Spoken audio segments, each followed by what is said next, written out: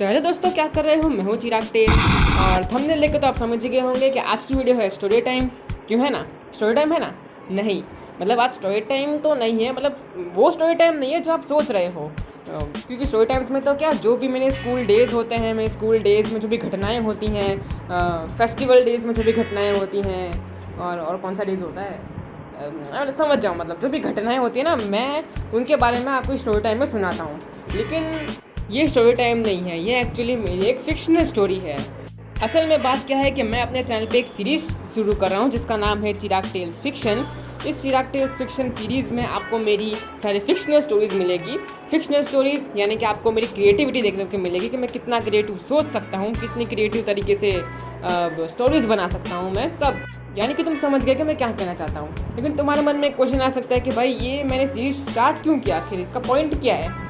तो well, point तो मुझे भी नहीं पता क्या है, बस ऐसे ही शुरू कर दी, मन आया कर दिया। ओके, चलो अब ज़्यादा इंट्रो नहीं करते, सीधा शुरू करते हैं। चलो भाई, मज़ा आ गया। अब अगर कंटेंट नहीं मिला ना तो मन से कुछ भी मनगढ़ंत कहानियाँ बना के यूट्यूब पे अपलोड कर दूंगा। व्यूज़ व्यूज़, पैसा ही पैसा। मजाक कर रहा हूँ, चलो अब शुरू करते हैं। तो ये कहानी शुरू होती है कुलफाट नाम के एक गांव से, जहाँ पे एक परिवार रहता था। कुलफाट अगर तुम्हें नहीं पता तो ये वही जगह है जहाँ के लोग आज उसे कुलधरा के नाम से जाना जाते हैं।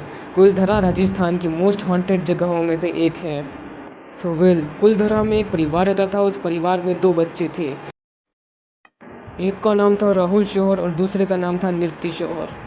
निरति के परिवार में आज काफ़ी चहल पहल थी, क्योंकि निरति एक 22 साल की लड़की थी और आज उसकी शादी होने वाली थी। इसलिए परिवार वाले उसके लिए एक लड़का ढूंढ रहे थे। वहीं एक तरफ गांव में एक तांत्रिक आ जाता है। वो तांत्रिक भी निरति की तरह अच्छा खासा जवान था, जो गांव में भिक्षा मांगने के लिए आया था। उस तांत्रिक का नाम था ओझा इस्मानी। और ओझा इस्मानी एक दिन गांव में भिक्षा मांग रहा था, तो तभी उसकी नज़र निरति पे पड़ी। निरति और उसके परिवार वाले कहीं ना कहीं जा रहे थे, लेकिन वो कहाँ जा रहे थे? वो भी लड़के के घर से वापस अपने घर जा रहे थे। निरति के परिवार वाले अपनी बेटी की शादी करवाने के लिए लड़के के घर पे गए थे, लेकिन वो लड़का कुछ ढंग का था नहीं, इसलिए वो वहाँ से चले गए। और तांत्रिक ओझा भी वहीं पे ही बैठा था, उन्हें देख रहा था। तांत्रिक ओझा को निरति बहुत पसंद आ गई, वो उससे शादी करना चाहता था। इसलिए वो भिक्षा छोड़ के निरति के परिवार वालों के पास शादी की मांग करने के लिए गया। कुछ घंटे बात करने के बाद निरति के परिवार वालों ने तांत्रिक ओझा को निरति से शादी करने के लिए मना कर दिया गया। अब हालांकि निरति के परिवार वालों को निरति की शादी तांत्रिक से कराने से कोई दिक्कत नहीं है, क्योंकि अक्सर गाँव में लोग अपनी बेटी की शादी तांत्रिक से करा देते हैं, जिससे उनका परिवार अच्छा चलता है और बहुत खुश भी रहता है। लेकिन यूजुअली तांत्रिक फाइनेंशियली काफ़ी अच्छे होते हैं, इसलिए लोग अपनी बेटियों की शादी तांत्रिक से करा देते हैं। लेकिन तांत्रिक ओझा वो फाइनेंशियली अच्छा नहीं था, इसलिए निरति के परिवार वालों ने तांत्रिक ओझा को निरति से शादी नहीं करनी थी, जिससे तांत्रिक ओझा बहुत उदास हो जाता है। लेकिन तांत्रिक ओझा हार नहीं मानता। अगले दिन तांत्रिक फिर से निरति के पास आता है, उसे अपने जाल में फंसाने की कोशिश करता है, लेकिन निरति उसके जाल में फंसती नहीं, जिससे तांत्रिक को बहुत गुस्सा आता है और वो उसके साथ ज़बरदस्ती करने की कोशिश करता है। तभी सारे गांव वाले आके उसे रोक लेते हैं और उसे निरति से दूर करके उसे काफ़ी खरी खोटी सुनाते हैं और उसे लास्ट वार्निंग देते हुए बोलते हैं कि अगर तुझे इस गांव में रहना है तो निरति का पीछा छोड़ दे, वो तेरे से शादी नहीं करना चाहती, उसके परिवार वाले तुझे एक्सेप्ट नहीं करते। लेकिन तांत्रिक बोलता है कि मैं उससे शादी करके रहूँगा, भले कुछ भी हो जाए। और ये बोल के वो गाँव से चला जाता है। और फिर एक हफ्ते बाद फाइनली निरति की शादी एक अच्छे परिवार के लड़के के साथ हो रही थी।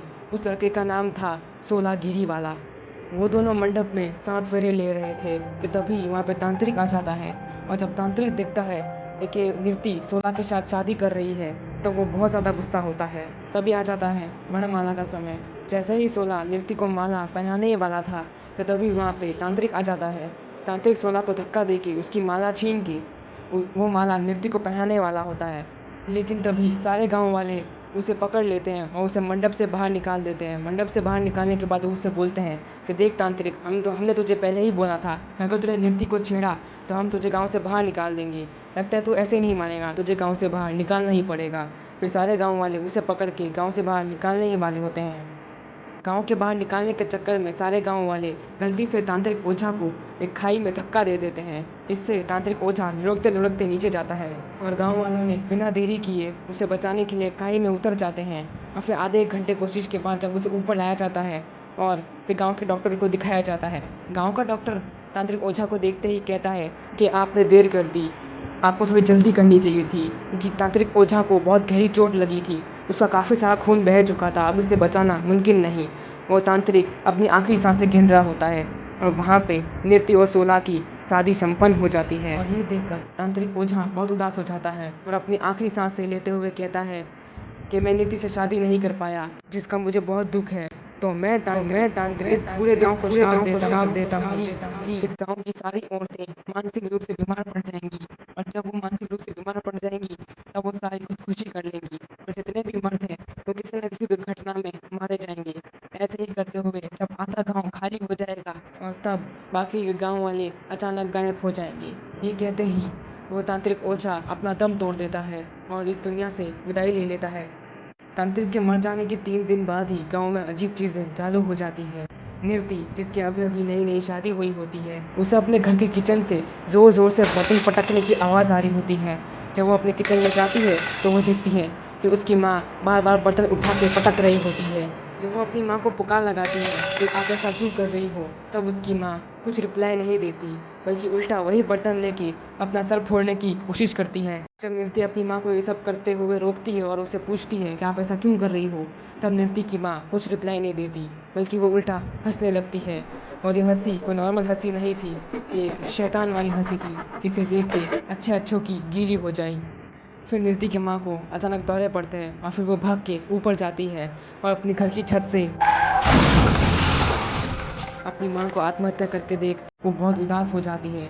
उसको एक बहुत गहरा सदमा लगता है और सदमे के कारण उसका भी मानसिक तनाव खराब हो जाता है, और फिर वो भी अपनी ही माँ की तरह छत से कूद के आत्महत्या कर लेती है। नृत्य का पति सोला अपनी बीवी को आत्महत्या करते देख वो भी बहुत दुखी हो जाता है। और फिर एक दिन सूर्यास्त के बाद जब वो कुछ लेने के लिए घर से बाहर निकलता है तो तभी एक गाय पीछे से दौड़ते हुए आती है और सोला को बहुत ज़ोरदार सींग मारती है।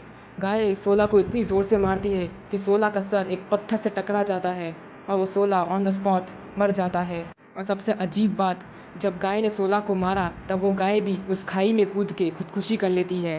ये वही खाई है जहाँ पे गाँव वालों ने तांत्रिक ओझा को गलती से धक्का दे के मार दिया था। और ऐसे करते हुए नृत्य का पूरा परिवार खत्म हो जाता है। फिर अगले दिन एक और औरत का मानसिक तनाव खराब हो जाता है। शुरुआत में गांव वालों को लगा कि उस औरत के अंदर माता आई है, लेकिन बाद में उन्हें पता चल गया कि ये माता नहीं शैतान है।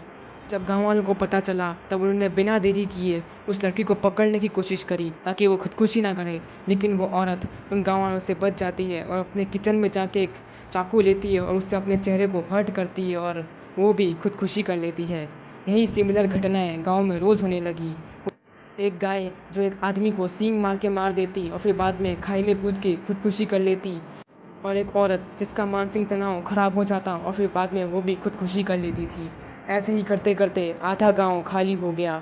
तो बाकी के गांव वालों ने सोचा कि लगता है इस गांव में कोई शैतान है, कोई आत्मा है जो इन सबको मार रही है, इसलिए हमें ये गांव छोड़ देना चाहिए और कहीं और बस जाना चाहिए। ये सोचते ही सारे गांव वालों ने कुलधरा गांव को छोड़ दिया और सारे लोग अलग अलग बस गए। कोई जोधपुर चला गया, कोई जयपुर चला गया, कोई हरियाणा चला गया, कोई चंडीगढ़ चला गया।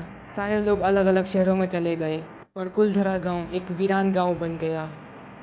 और जितने भी लोग कुलधरा गांव के सदस्य थे उन्हें नहीं पता था कि ये किसी आत्मा या शैतान का काम नहीं, ये एक श्राप का काम है। और आत्मा तो जा सकती है लेकिन श्राप नहीं जा सकता। गांव छोड़ने के 1 महीने बाद ही जितने भी लोग जोधपुर जयपुर शिफ्ट हुए थे वो सब किसी मिस्टीरियस तरीके से गायब हो गए। किसी को नहीं पता कि वो सारे लोग कहाँ गायब हो गए।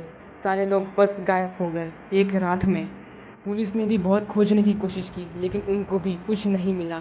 उन्होंने सब कुछ छान डाला, सर से लेकर पाँव तक, पसीने से लेकर खून तक, लेकिन उनको कुछ नहीं मिला, एक बाल तक नहीं, ना कोई डेड बॉडी, ना कोई कटी हुई उंगली, ना कोई खून के धब्बे, कुछ नहीं मिला सिवाय एक के। गुजरात के अहमदाबाद के कांठावाड़ी होटल के वाटर टैंक में एक लाश मिली। वो लाश और किसी की नहीं, वो कुलधरा गांव के एक आदमी की ही थी जो अपने बीवी बच्चों के साथ अहमदाबाद में छुट्टियां मनाने के लिए आया था, लेकिन किसी मिस्टीरियस तरीके से मारा गया।